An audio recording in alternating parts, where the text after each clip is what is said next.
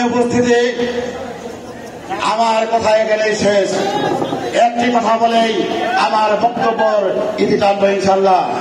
সংগ্রামী টাঙ্গাইল জেলা, সংগ্রামী টাঙ্গাইলবাসী, এই 8টা আসনের কোন মানুষ এখানে উপস্থিত হয়েছে।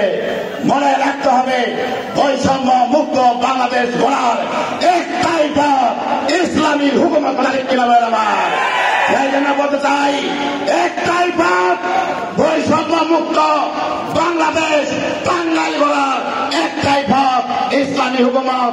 সুতরাং আল্লাহ প্রদত্ত সুস্থ ধারার রাজনীতি তথা সুস্থ ধারার রাষ্ট্রনীতি দিয়ে, রসুলের আদর্শ দিয়ে আমরা এই টাঙ্গাইলকে গঠন করব। 8টা আসনে আমরা এমপি হিসাবে বিজয় আনবো।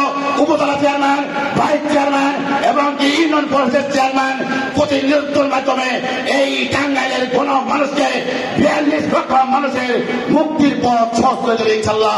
আল্লাহ পাক আমাদের কবুল সকলে বলে আমিন। ওয়া আলাইকুম আসসালামু আলাইকুম ওয়া রাহমাতুল্লাহ।